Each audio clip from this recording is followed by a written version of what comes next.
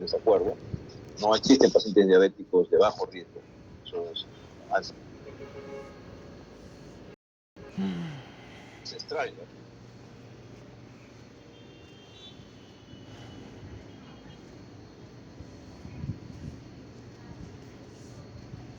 Concha tu madre, oye. Todos los diabéticos son de moderado para arriba. Los diabéticos, la misma cosa. Aparte del factor de riesgo en el diabético, la presencia de proteinuria, tasa de filtración, más. Se rescata mucho de pronto en el SCORE-2 diabetes, son más de 200.000 pacientes diabéticos involucrados ahí, pero los 3 puntos agregados a los convencionales es el nivel de hemoglobina glicosilada, la tasa de filtración glomerular, que usted mismo explicó, la estimada, lo que se puede hacer, no toma más de 10 segundos eso, y la edad en que se le hace el diagnóstico al paciente diabético, que una y de otra manera implica mayor agresividad en el enfoque y el tratamiento de este paciente. Bien, le agradezco. Tengo una pregunta en el chat.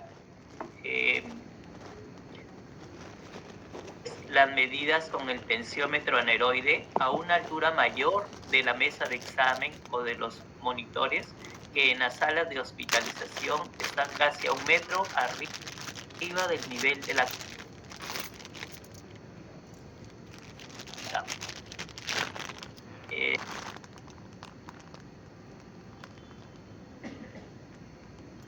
Una pregunta, a ver, doctor Henry,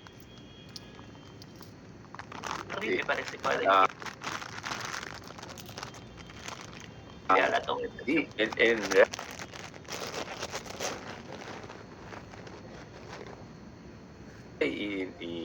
Le agradezco. Mencioné durante la presentación. La valoración en el reloj o en el reloj grande de los ojos del observador. Por encima o por debajo incluso de este punto exacto. Idealmente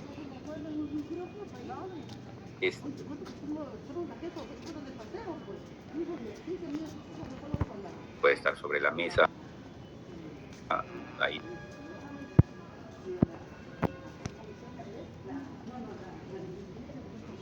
El facultativo que está.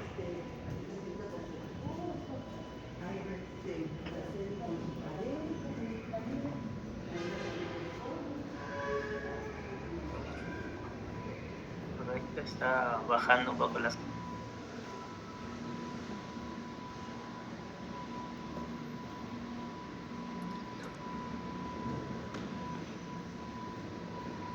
Consulta, usted mencionó mucho.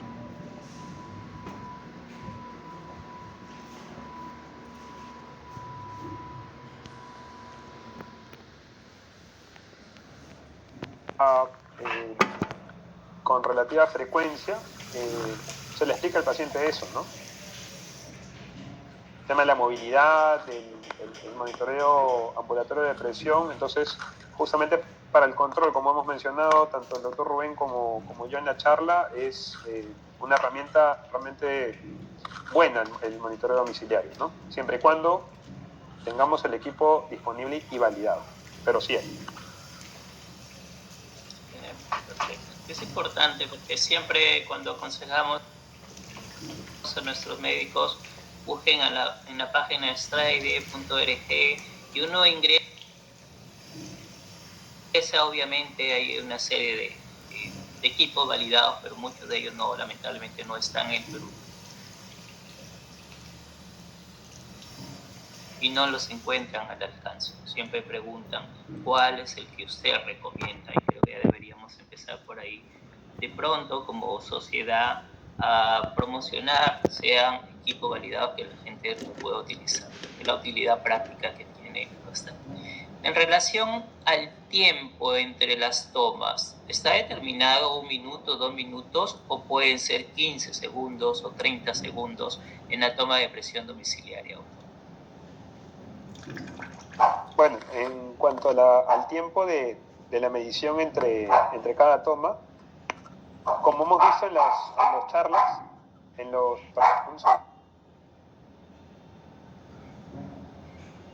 Tirulay quiere participar. Pero Parece. puedo ir avanzando para... Sí, claro, la misma pregunta va para monitoreo en consulta, ¿no? Si es 1 minuto, en realidad la diferencia de tomas. Exacto. La guía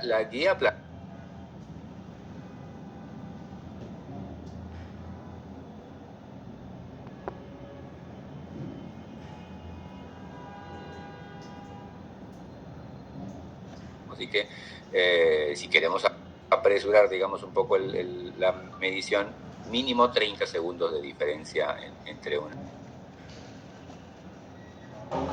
y otra toma.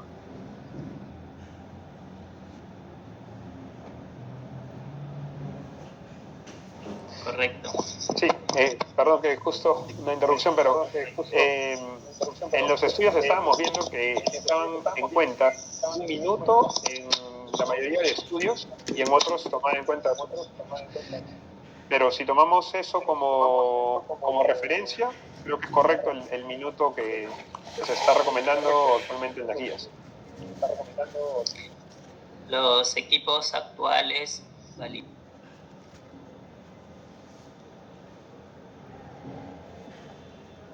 validados y que en el camino van a seguir esto, cada vez acortan más el tiempo. 15 segundos, 30 segundos, 1 minuto, porque lo hace las 3 medidas automáticas y lo promedio.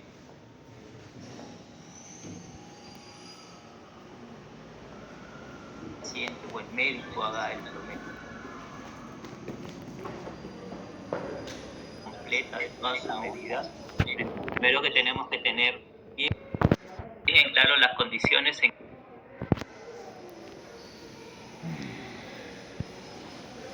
en nuestro consultorio, tener un equipo electrónico validado y enseñarle en ese momento al paciente le estoy educando para que él haga lo mismo en su vida.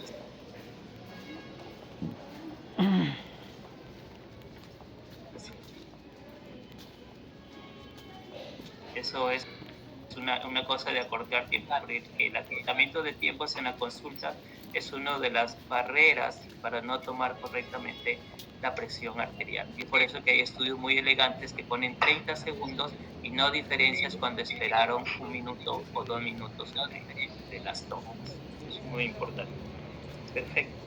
Pero ahí hay que hacer comentarios, si me permites. Ahí hay que hacer, claro, ahí hay que hacer comentarios, si me permites. Claro, es de que el tiempo es todo un debate, ¿no? Porque han ido cambiando los tiempos. Cada sujeto hace un estudio. El grupo de Harvard hizo ese estudio con los 30 segundos de 1 minuto. Pero si uno es histórico, el primer estudio que hace eso es Mansell. Mansell lo publica el siglo pasado. Y hace uno de sus primeros estudios cuando era muy joven, lo hace con médicos. Y él con lo que tomó fue 2 minutos. Entonces es interesante cómo esa variación, y ahí fue donde mostró cómo era la variabilidad aceptada de lo que puede significar una variabilidad a corto plazo. Todo depende del criterio que uno emplee, porque lo que está evaluando ahí no es variabilidad. En ese sentido hay variabilidades de diferentes tipos, muy rápidas, inmediatas, etc.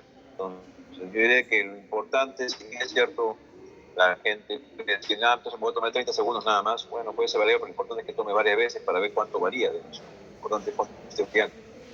Son variaciones muy drásticas, uno estaría obligado a hacer más mediciones. ¿Qué pasa si en 30 segundos te varía de 120 a 100, por ejemplo? Y así comienza a variar mucho.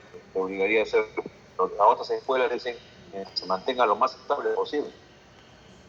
Ya te ponen arbitrariamente un delta de no más de 10 puntos en la histórica y un delta de no más de 5 puntos en la lista. Un tema que es todo importante, interesante. Yo creo que el mensaje es correcto.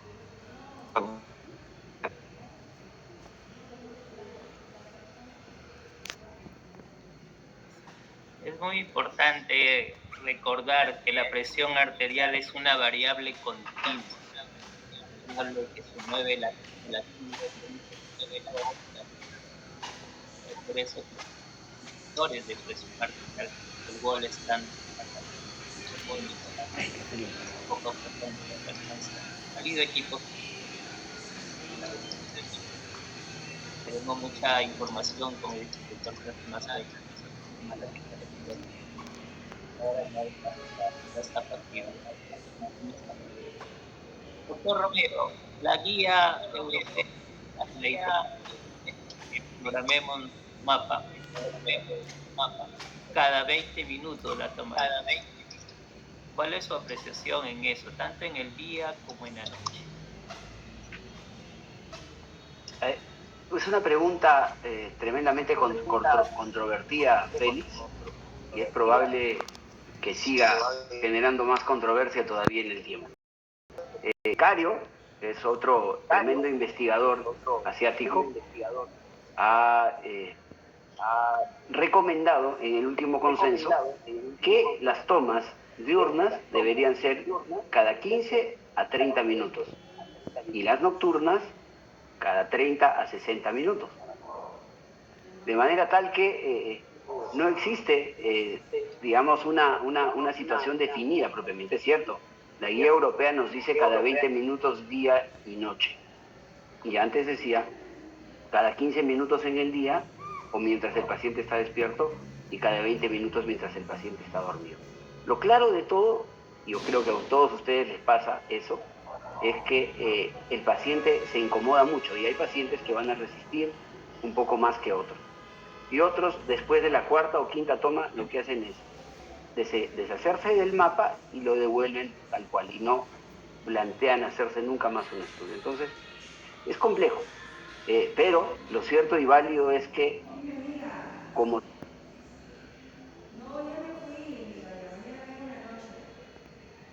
complejo, ¿no? Pero como te digo, como digo y manifiesto, la recomendación ahorita por el grupo europeo es eso, cada 20 minutos, ¿no? Sin embargo, te voy a comentar cómo trabajamos nosotros, ¿no? Nosotros trabajamos cada 15 minutos en el día y cada 20 minutos en la noche por ahora todavía. Y bueno, resultados en el, te diría, 80% de los pacientes adecuados estamos teniendo, ¿no?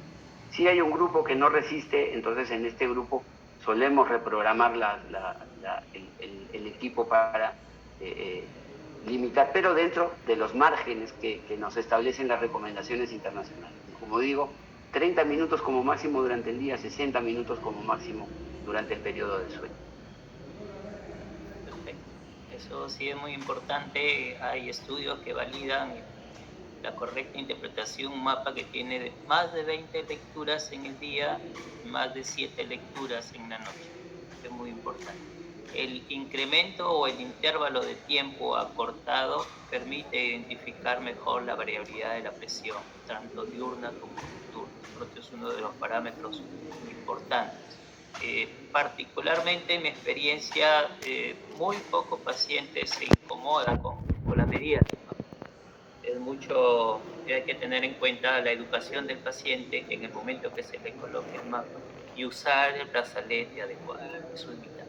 No todo, el brazalete no es estándar para todos definitivamente, y eso es muy importante en la toma del mapa.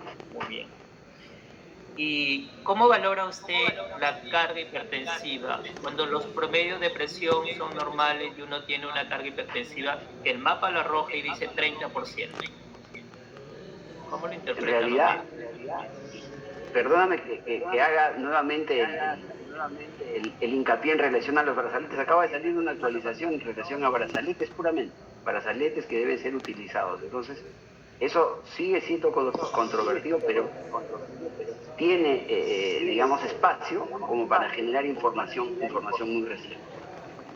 ¿Qué hay en relación a la carga hipertensiva? Antes, cuando uno tenía valores de presión arterial por encima de 25%, ya decía, este paciente tiene un mapa anormal. Si pasábamos de 30, 40, 50, ya decíamos, este paciente tiene hipertensión. Hoy por hoy eso ha quedado en desuso y utilizamos fundamentalmente los promedios. Promedio de 24 horas, marca sigue siendo 130,80. Cuando uno es muy exigente, puede irse a 125,75 en relación a 24 horas propiamente. Y seguimos hablando de hipertensión promedial alta en el periodo diurno cuando el paciente tiene de 135,85 hacia arriba. Y hablamos de hipertensión promedial durante la noche cuando el paciente tiene por encima, igual o por encima de 120,70. Entonces la carga hipertensiva habrá que tenerla en consideración para ciertos momentos que pudiesen generar en el paciente incrementos de presión súbitos como una situación de estrés, como acudir al médico mismo. Y es típico el paciente que hace dos momentos en el mapa. El mandil largo hace incremento de la presión al momento de la colocación del mapa e incremento de la presión en el momento del retiro del mapa, que es cuando él acude nuevamente al establecimiento. En forma práctica de escucharla y para los médicos en general, deben mirar 5 puntos en el mapa, que son muy importantes. Los promedios de presión de 24 horas, el promedio diurno, el promedio nocturno, la variabilidad que usted mencionó en la frecuencia cardíaca y la presión de puntos de pulso, que son puntos importantes. Después viene una serie de análisis como el patrón nocturno y el patrón diurno, pero me parece que lo primero para todos en general es perder el miedo a la interpretación de un mapa. Ustedes pueden pedir un mapa o pueden realizar un mapa. A medida que va pasando la práctica y la experiencia, van a aprender a interpretar. No es complicado, no es complicado. No necesitan, por ejemplo, mandar al cardiólogo a un paciente a realizarse un electrocardiograma, porque ustedes mismos lo pueden interpretar. Igual sucede con el mapa. Ustedes pueden solicitar un mapa o pueden hacer un mapa dentro de su clínica y ustedes interpretarlo. El doctor Romero nos ha dado pautas para la interpretación del mapa y son estándares internacionales que se deben seguir para mejorar el enfoque de su paciente. Me voy a la sala hacia unas preguntas. A ver, tenemos aquí una pregunta. Muy buenas noches. Una consulta en caso de pacientes con trasplante renal, uso de tacrolimus, entiendo que es un inmunosupresor, sin diagnóstico de hipertensión. ¿Hay recomendación sobre la frecuencia en la toma de presión de manera preventiva? ¿Quién se anima?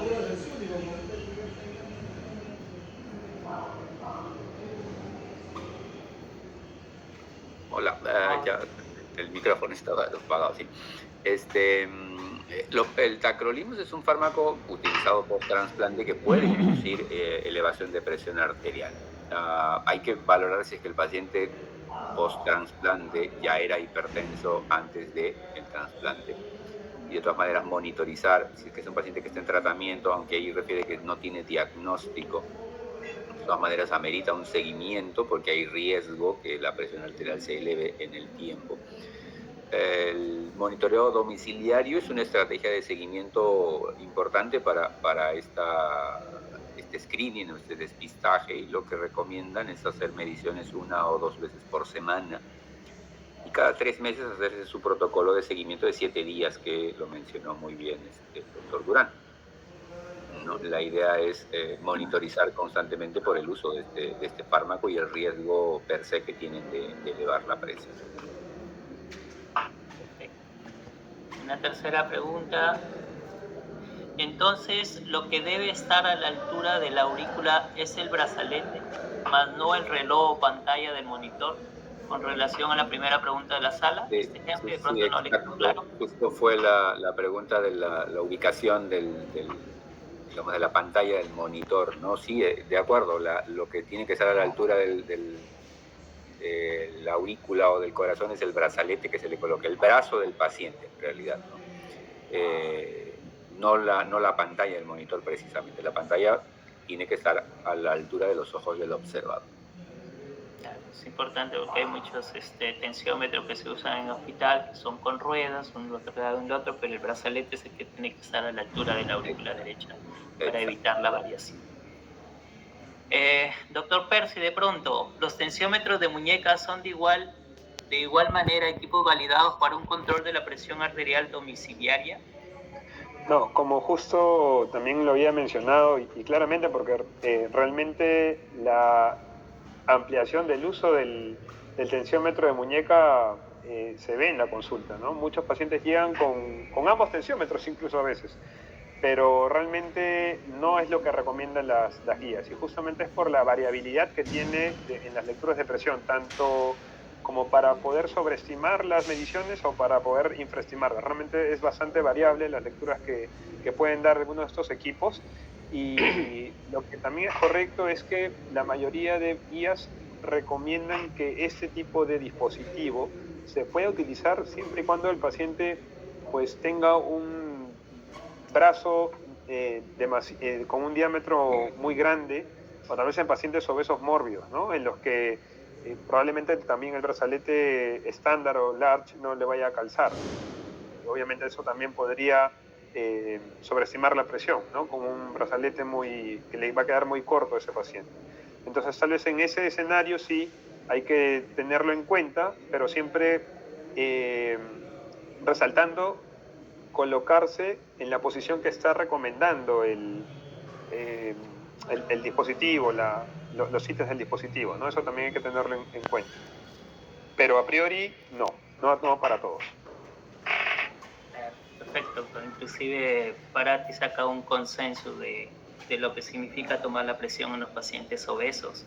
Inclusive los brazaletes en forma cónica son los recomendados para este tipo de pacientes, para explicar un poco la complejidad que pudiera ser la variación, porque 5 milímetros de mercurio de variación en la medición de la presión arterial alteran la clasificación y el tratamiento que uno le pueda dar al paciente. Por eso es vital, aparte de los 29 factores que alteran ya de por sí la toma de la presión arterial.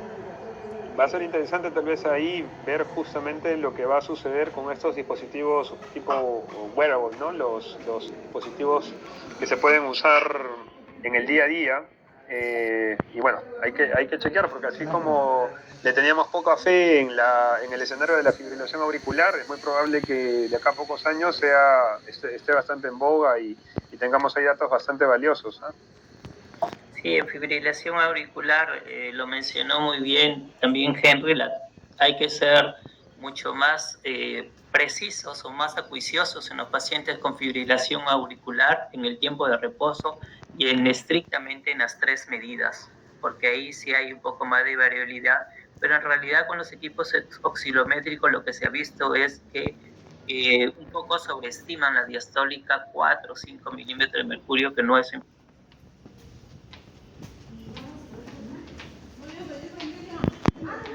forma significativa.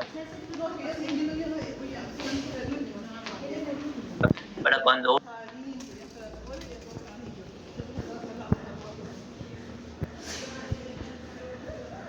uno valora la presión en un paciente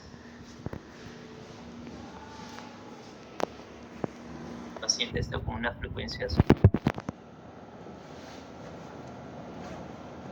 que la variabilidad de la frecuencia cardíaca también tiene incidencias en la mortalidad de este grupo. Una quinta pregunta. Buenas noches, doctores, excelentes ponencias. En el contexto actual de nuestro sistema de salud, ¿cuál sería la mejor herramienta de medición fuera del consultorio? ¿MAPA o AMPA? Los enfrentamos al doctor Romero y al doctor Perry. Por vejez, mi querido Percy, voy a empezar yo, el tema de antigüedad. A ver, ocurre lo siguiente. El MAPA definitivamente es el gold standard para el diagnóstico. O sea, si queremos ser categóricos en esta impresión, no hay una mejor y eficiente forma de realizar el diagnóstico que con un MAPA. El seguimiento dorado hay que hacerlo con monitoreo en domicilio o automonitoreo domiciliario de la presión arterial. Pero el gold estándar para diagnóstico de hipertensión arterial sigue siendo el MAPA, porque me va a permitir evaluar el transcurrir de la presión durante las 24 horas, me va a permitir evaluar la variabilidad de la presión arterial y además me va a permitir evaluar el patrón nocturno de presión arterial. Entonces, es mucho más completo el MAPA. Ahora, para seguimiento, con impacto en predicción de eventos, definitivamente el AMPA tiene un espacio completamente bien ganado. Si no hay otra opción, entonces el automonitoreo en domicilio, la otra opción es la toma institucionalizada de la presión arterial, que también tiene soporte, y de eso nos puede Henry todavía conversar mucho más. Pero en mi opinión, y creo que en la opinión de la mayoría, el MAPA sigue siendo el gold estándar para el diagnóstico inicial de presión arterial alta. Perfecto. Doctor Pen. Sí, bueno, de aquí realmente tienen una posición clara. Mencionan que el MAPA debería ser digamos, lo prioritario para el diagnóstico, pero también se recalca, y eso también lo he dejado, espero yo, claro en la charla que di, es que el monitoreo domiciliario es un muy buen sustituto del MAPA. Y en los escenarios como el nuestro, probablemente, en el que en muchos de los hospitales tengamos una carga de citas ya establecidas para mapas, o tal vez en lugares alejados, en las zonas rurales de nuestro país o similares, en los que no vayan a poder conseguir el mapa. El monitoreo domiciliario también sería una muy buena opción para el diagnóstico incluso, y definitivamente para el seguimiento ya está dicho. Y lo otro, solamente para mencionar, en cuanto a esas falencias, entre comillas, que tenía el monitoreo domiciliario, pues se ha visto que con estos dispositivos, con nuevos algoritmos, se está ganando terreno también. Se han mencionado por ahí algunos estudios en los que el monitoreo de presión nocturna con los dispositivos domiciliarios tienen cierta... están equiparados con los resultados en el MAPA. Entonces, ya probablemente en algún tiempo próximo vaya a tener seguramente el mismo lugar en las guías, pero creo que falta poco. El estudio Pamela que mencionó respondió la pregunta en relación a que el MAPA fue muy superior de las medidas domiciliarias, inclusive de las medidas en consultorio más de lejos, ¿no? Lo que sí es cierto es que el promedio de presión domiciliaria equivale mucho a la presión diurna de MAPA, ¿no? Por eso el valor es 135-85 como punto de corte que debemos recordar. Si en el punto de corte diurno de MAPA 135, mayor es hipertensión, en la presión de domicilio es el mismo valor. Y eso es importante, pero más que un enfrentamiento de MAPA o AMPA, son complementarios.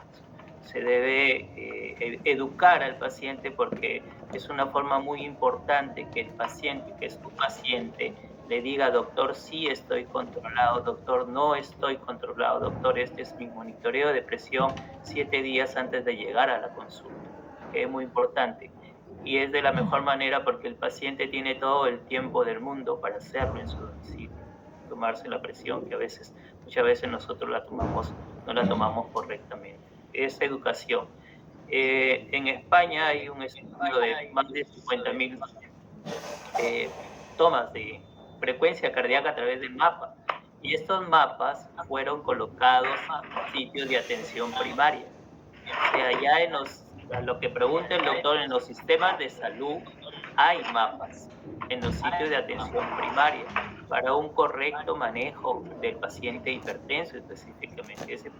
Esos mapas y esos estudios no son de centros especializados, son de centros de atención primaria, donde se puede hacer muchos estudios de cohorte poblacional. Entonces, una de las cosas que nos falta es registrar, ¿no? pues, y los equipos ayudan a eso. No sé, doctor Medina, si tiene algún comentario a la pregunta de uno de nuestros asistentes, Mapa Wampa. ¿Quién es mejor? ¿Quién es mejor? Bueno, yo creo que no sé si nos van a querer escuchar nuestra audiencia porque ya es tarde, pero esto sería todo un debate gigantesco. Yo creo que no hay que dar la impresión, claro, una cosa es un mundo ideal y otra cosa es el mundo real. Si hay algo de las guías últimas que yo rescato mucho, estoy hablando de las de Milán, es que no es justamente ni propaganda al mapa ni al de domicilio. Si ustedes se dan cuenta, claramente sus tablas, sus clasificaciones, sus sugerencias, sus recomendaciones, sus toma de decisiones no son en base a mapa y consultorio, o domicilio, perdón, son en consultorio. Entonces hay que dar muy clara ese mensaje a nuestra audiencia de que claro, si tienes todas las herramientas, úsalas pues obviamente, ¿no? Pero sabemos que no es posible eso. Entonces yo creo que el mensaje más importante es lo que sí, preocúpense de implementar de la mejor manera todo lo que se ha expuesto por ustedes mismos, por Henry, por Rubén y por Percy inclusive, en respetar el protocolo de medición de la presión arterial. No se perturben mucho por interpretar un mapa, he escuchado comentarios de carga hipertensiva, no se hagan tantos líos por eso, porque si lo tiene, verdad, pero la toma en consultorio y su paralelo, una posta médica, o en el mismo domicilio que tengan ustedes su visita domiciliaria, si lo hacen regularmente, como se ha estipulado, hay un esquema que mostré en la discusión, de que tomar la presión arterial secuencialmente, con las reglas básicas, de 3 mediciones, 2 a 4 visitas, separadas en el tiempo, y si eso sale alto, no hay discusión, es hipertenso. Claro, ustedes me van a decir, pero se te va a escapar la enmascarada, se te va a escapar el mantil blanco. Sí, pues se me va a escapar eso, pero voy a pescar al 60%. Entonces hay que ver, hay que transar en eso. Los españoles sí, pues, jactaron mucho que su tasa de control mejoró porque le distribuyeron mapas y dispositivos demostrados a todos los centros primarios de atención. Sí, pero ¿cuánto cuesta eso? Y eso necesita una educación.